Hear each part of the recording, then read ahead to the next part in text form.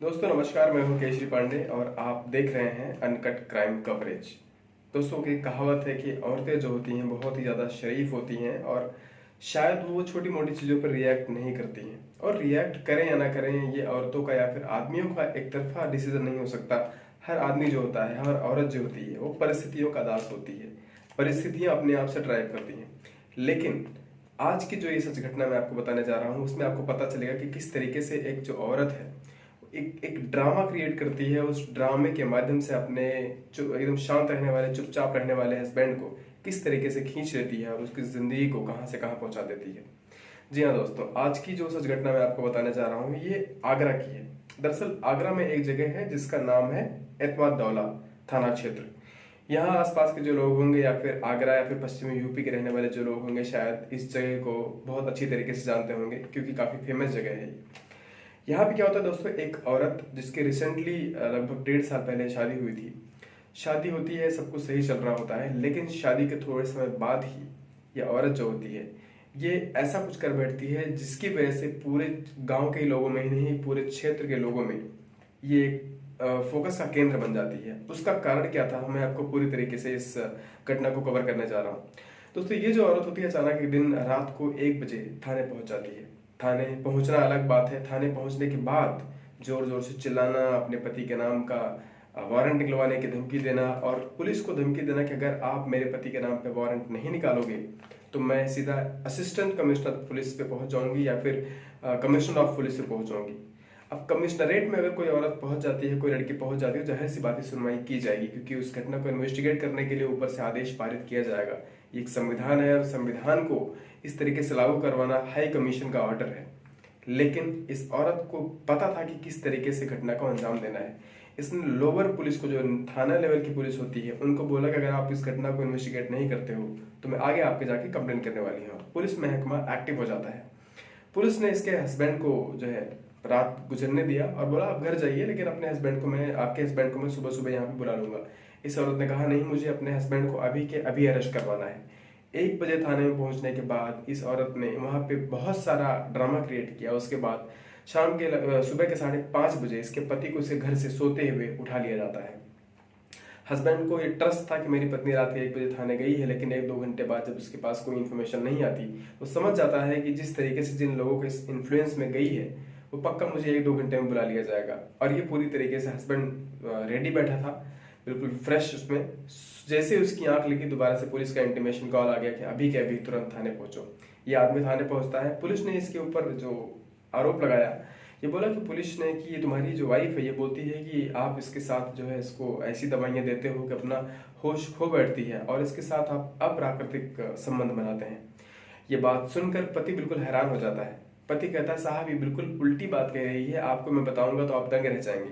Police ने उसके माध्यम से भी इन्वेस्टिगेट करने की कोशिश की तो पता क्या चलता है कि ये जो लड़की है, ये जो औरत है, ये अपने माँ बाप से, अपने मायके वालों से भी लड़ भिड़ के बैठी हुई है और अपने पति से लड़ भिड़ के बैठी हुई है। आसपास के जितने आसपास के मोहल्ले पड़ोस के लोग हैं, औरतें हैं, उन सब से इसकी किसी की नहीं बनती। और इस चीज की वजह से महिला ने अपना ट्रीटमेंट भी कराना शुरू किया, जिस वजह से इसको बोला गया कि ये लड़की हर किसी से झगड़ती है, लड़ती है।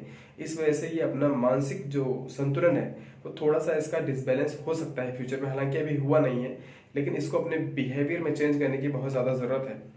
इस आदमी ने बताया कि साहब मैं कमाता नहीं हूँ, लेकिन मेरी कम कमाई के बावजूद भी मैं इंश्योर करता हूँ कि जो मेरी वाइफ को चाहिए वो हर चीज के लिए ला के हाजिर कर देता हूँ।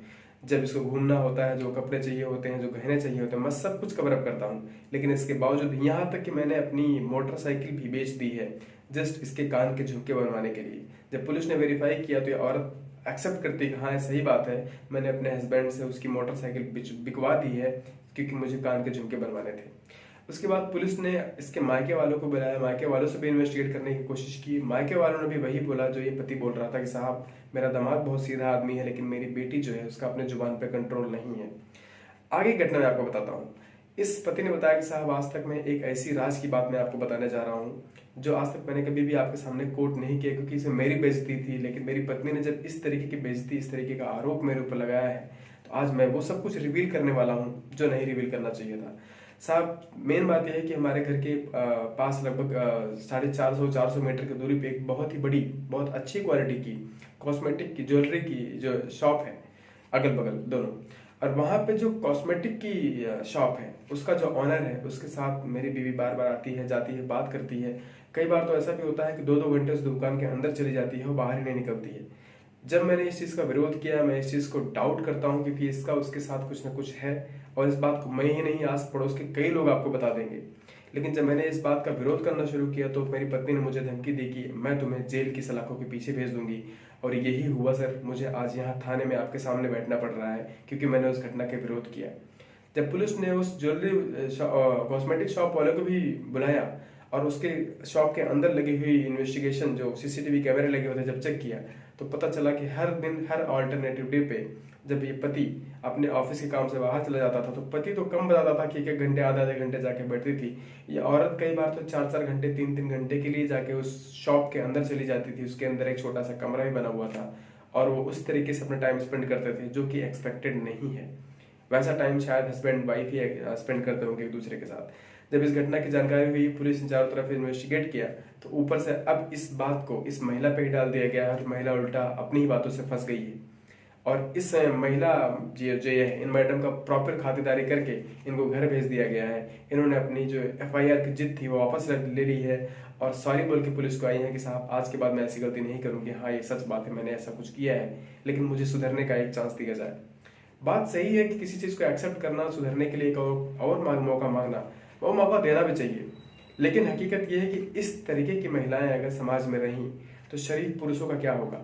क्योंकि लोग समाज में एक दूसरे पर ट्रस्ट करते हैं। एक रिश्ता जो होता है वो एक दूसरे पे पूरी तरीके से डिपेंडेंट होता है। लेकिन ऐसे रिश्ते जो एक दूसरे के ऊपर कीचड़ उछालें, समाज में एक दूसरे की बदनामी करें, ऐसे रिश्तों को, ऐसे रिश्ते बनाने वालों को शायद एक स्ट्रांग सबक देने की जरूरत है। क्योंकि रिश्ता बहुत ही ज़्यादा अमूल्य होता है और छोटी मोटी चीज़ों के लिए, कॉस्मेटिक की चीज़ों के लिए, अपनी ख्वाहिशों को पूरा करने के लिए पति पत्नी जैसे पवित्र रिश्तों को दरकिनार कर देना कहीं की समझदारी बड़ी डिसीजन नहीं है।